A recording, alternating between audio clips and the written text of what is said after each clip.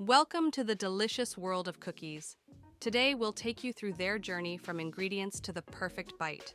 We start with the finest ingredients: flour, sugar, butter, eggs, and of course, delicious chocolate chips. Everything is precisely measured to create the perfect texture.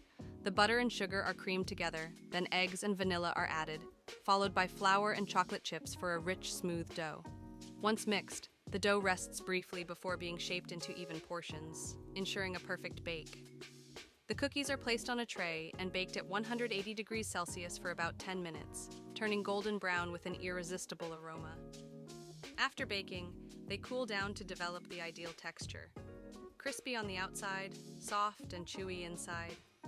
Finally, they're ready to be stored or enjoyed immediately, a pure moment of indulgence. Thanks for watching. Like, share, and subscribe for more delicious content.